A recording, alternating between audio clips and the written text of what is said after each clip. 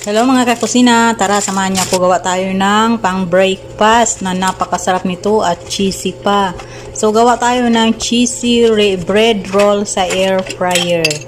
So ayan, klinatin ko lang yung ating sliced bread, then nilagyan ko lang siya ng cream cheese sa dulo para madikit niyan mamaya pag roll natin.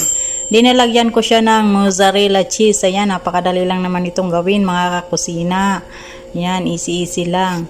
O, ayan na siya. Ganyan na siya. So, palaman lang natin yung mozzarella cheese. Tapos, iro-roll lang natin siya. Ayan. O, diba? Tapos na. Then, i-brush natin siya ng butter or melted butter. Yung aking ginamit. So, ayan. After nyan, isa lang na natin siya sa air fryer. Ang bilis lang mga kakusina nitong gawin at napakasarap pa.